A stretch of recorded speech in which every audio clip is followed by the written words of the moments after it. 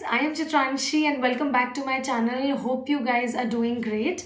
Okay, तो आज का वीडियो is something जो I think ऐसी मेकअप प्रॉब्लम है जो हर लड़की फेस करती है और बहुत ही बेसिक सी चीज़ है. So I think you guys can guess it. guess करिए please. Yes, and you guessed it right. It's about eyeliner.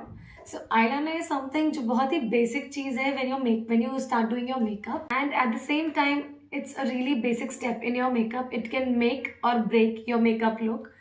So office हो या कोई पार्टी, eyeliner is something जो सारी लड़कियां बेसिक मेकअप में इंक्लूड करती ही हैं.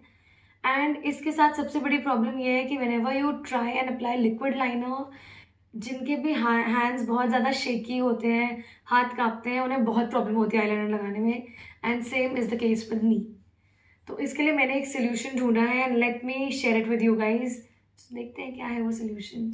आपको उसके लिए चाहिए होगा एक मिरर, पोर्टेबल मिरर लीजिएगा और एक मीडियम साइज मिरर लीजिएगा. अगर आपको लगता है कि ये वाला मिरर बहुत ज़्यादा बड़ा है तो आप एक इस साइज़ का मिरर भी ले सकते हैं, but then this one suits best क्योंकि ये आपके एकदम फेस के लेंथ पे होता है और आप काफ़ी क्लोज जाके आईलाइनर लगा सकते हैं. तो गाइज आपको करना क्या है, you have to sit in a comfortable position and you have to take support of a table. Make sure जब आप आईलाइनर लगा रहे हो आपकी एल्बो टेबल पे रेस्ट कर रही हो, बिकॉज यही सबसे ज़्यादा बड़ी प्रॉब्लम होती है कि जब आपका हाथ हवा में होता है और आप ऐसे आईलाइनर लगा रहे होते हैं तो आपके हैंड्स ऑब्वियसली शेक करेंगे क्योंकि आपकी एल्बो बैलेंस बना रही है और आपके हाथ के पास कोई सपोर्ट नहीं होता. तो मेक श्योर आप टेबल पे अपनी एल्बो टिकाएं when you start applying liner.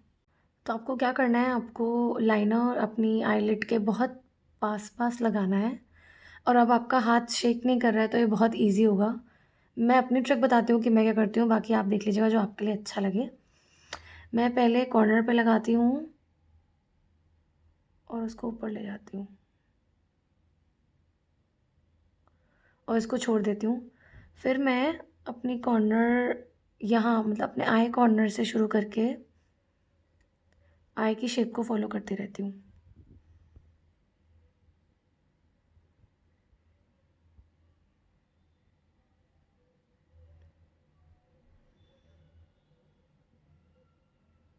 और लास्ट चीज़ मैं क्या करती हूँ, मैं लाके से इसमें मर्ज कर देती हूँ. तो अब इसे थोड़ा रिफाइन करेंगे. ये जो बीच का गैप बच गया इसे फिल करूँगी मैं आईलाइनर से.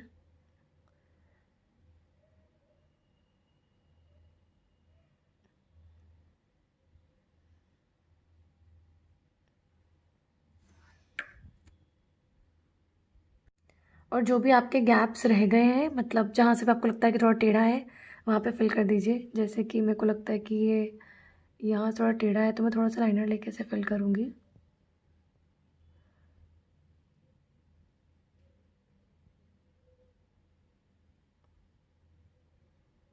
और यहाँ पे जो रह गए थे खाली स्पेसेस उनको भी फिल कर देती हूँ मैं.